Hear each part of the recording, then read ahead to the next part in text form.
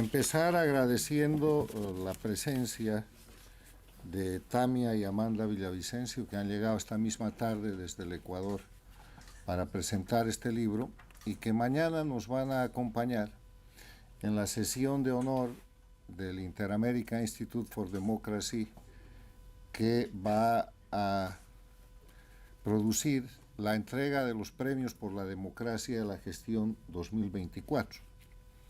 El premio George Washington, que es el premio al legado a la libertad y la democracia, ha sido otorgado por el Instituto de manera póstuma a Fernando Villavicencio.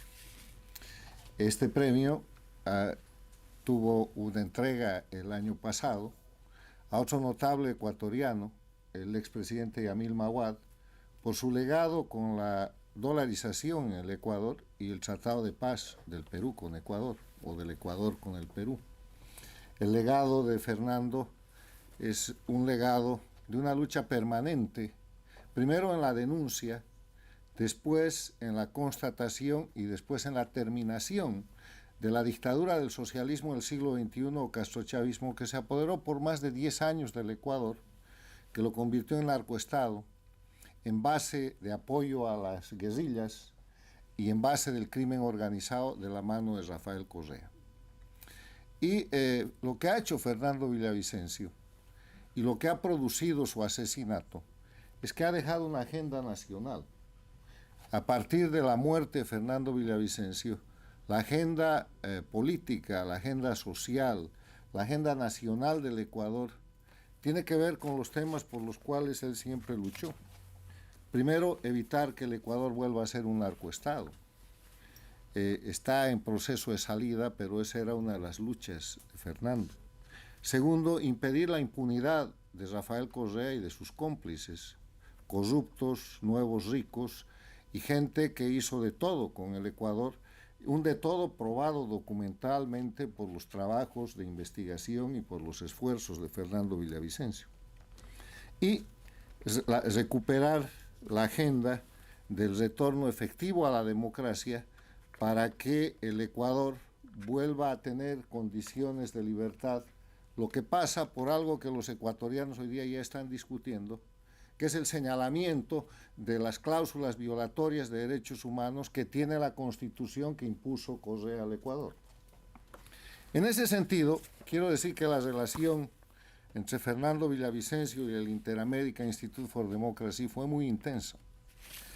Fernando, en su denuncia, en su demostración de la dictadura del Ecuador, escribía y casi sin recursos, trabajaba, denunciaba, era perseguido, y en ese camino el fondo editorial del Inter-American Institute for Democracy le publicó varios libros.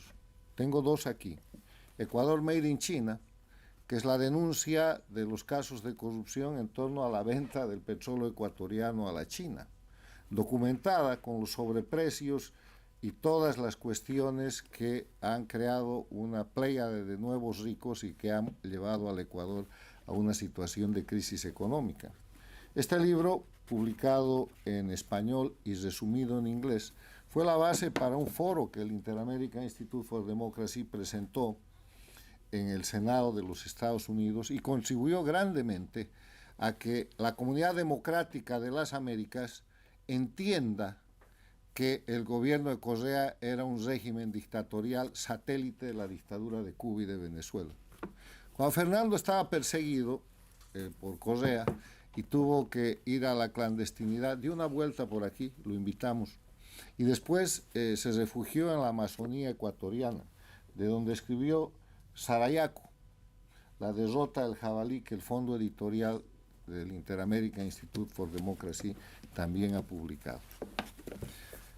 Para terminar esta presentación y recordar a Fernando Villavicencio, quiero decirles que todo está claro, pero que como parte del legado de Fernando Villavicencio, lo que falta es saber determinar y responsabilizar, para que no queden en la impunidad, a los autores intelectuales o mediatos de su asesinato. Cuando mataron a Fernando Villavicencio el año pasado, el 13 de agosto del mismo año, del 2023, o sea, a las pocas horas, a los pocos días, yo escribí y publiqué una columna de difusión muy grande, publicada por Infobae, por el Diario Las Américas y por otros medios, que titula El asesinato de Villavicencio en Ecuador es una repetición del socialismo del siglo XXI. Y pregunta quién sigue. Ha pasado más de un año y están condenados los autores materiales, pero nos estamos olvidando del sistema de delincuencia organizada transnacional que, establecido y dirigido desde Cuba, sigue matando. Ha matado decenas, si no centenas, de jóvenes y ciudadanos venezolanos por el solo hecho de salir a defender el triunfo electoral del 28 de julio. Ha matado bolivianos en la confrontación entre el dictador en jefe, Evo Morales, y el dictador en ejercicio, Arce Catacora.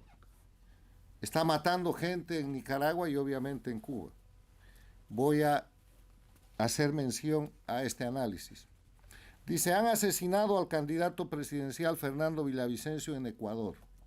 Matar a quien amenaza la impunidad es práctica reiterada del sistema dictatorial de crimen organizado transnacional, cuya marca política es socialismo del siglo XXI.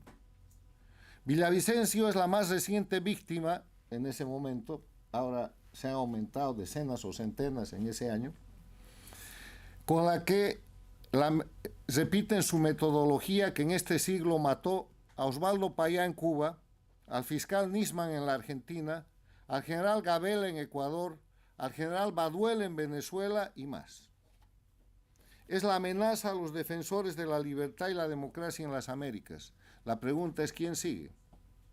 El asesinato de Fernando Villavicencio perpetrado por sicarios es un crimen de la política cometido por el crimen organizado que detenta el poder político y que usa el narcotráfico como una de sus armas de poder económico y control criminal. La distinción entre el narcotráfico y el poder político ha desaparecido o es en extremo difusa en los narcoestados en que han convertido a Cuba, a Venezuela, a Bolivia y a Nicaragua las dictaduras del socialismo del siglo XXI y que fue Ecuador con el régimen de Rafael Correa.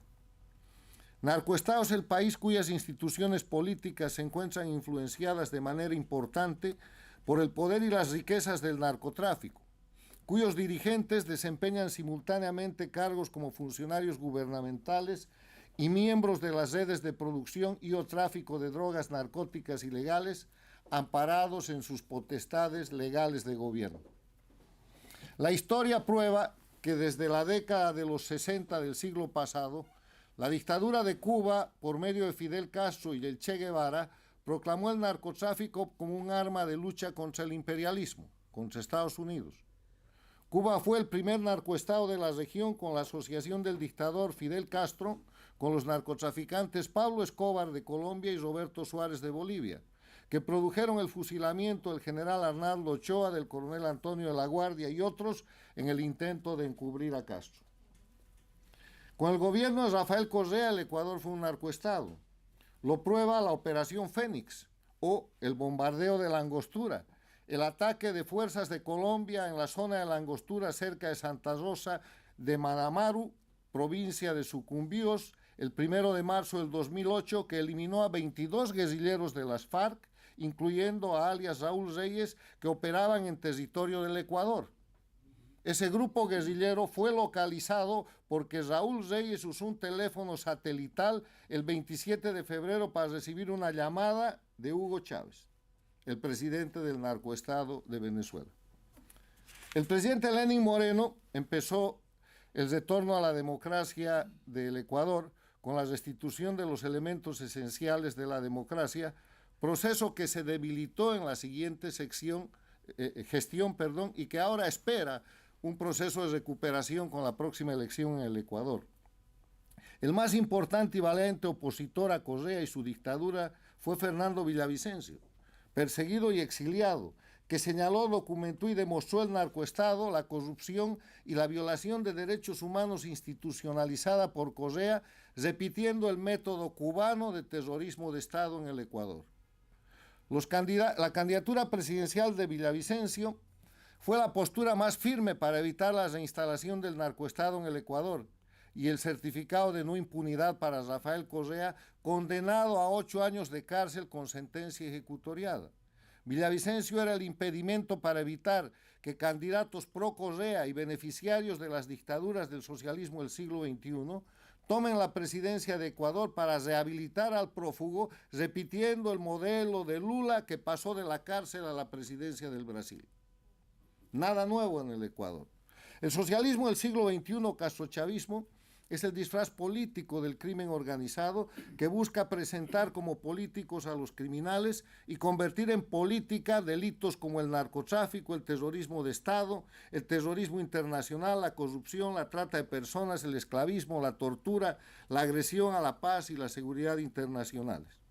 Los autores directos del asesinato de Villavicencio solo son instrumentos. La autoría mediata, quienes instiguen o aconsejen, quienes ordenen valiéndose de otras personas, definida en el artículo 42.2 del Código Orgánico Integral Penal del Ecuador, es la importante. Y todo señala a miembros del socialismo del siglo XXI, porque la pregunta es, ¿quién se beneficia con el crimen de Fernando Villavicencio? La muerte de Fernando Villavicencio muestra además los riesgos de los luchadores por la libertad y la democracia, que tienen enemigos que matan y que amenazan públicamente a líderes como María Corina Machado en Venezuela y otros que defienden la libertad en la región. La pregunta es que mientras las dictaduras detenten el poder con impunidad en Cuba, en Venezuela, en Bolivia y en Nicaragua, ¿quién sigue?